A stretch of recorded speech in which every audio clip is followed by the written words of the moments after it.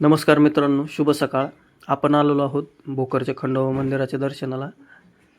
तर आता हे बघा, हे जे आहे जुनं खंडोबा मंदिर. छान असा परिसर आहे मित्रांनो. झाडं वगैरे लावलेले आहे इथे. हे बघा पलीकडून चर्च आहे. हे बघा इथं हा होम होता. कार्यक्रम प्राण प्रतिष्ठेच्या वेळेस इथं 3-4 दिवस कार्यक्रम झाला. मस्त वृक्षारोपण केलेलं आहे. मंदिराला इथे बघा कळस आहे, किती छान सुंदर कळस. मंदिर एकदम छान असं ॲट्रॅक्टिव्ह बनवलेलं आहे. तर आपण आता दर्शन घेऊ. हे बघा इथं तुळशी वृंदावन आहे. आता मंदिराला सध्या कुलूप आहे, पण आपण बाहेरूनच इथे दर्शन घेत आहोत.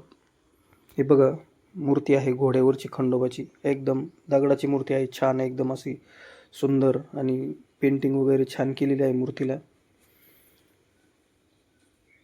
हा कळसाचा आतील भाग, लाइटिंग वगैरे छान केलेली आहे. इथे साज बसवलेला आहे.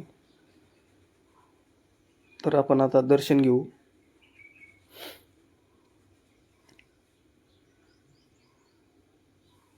किती छान आणि ॲट्रॅक्टिव्ह मूर्ती आहे बघा मित्रांनो.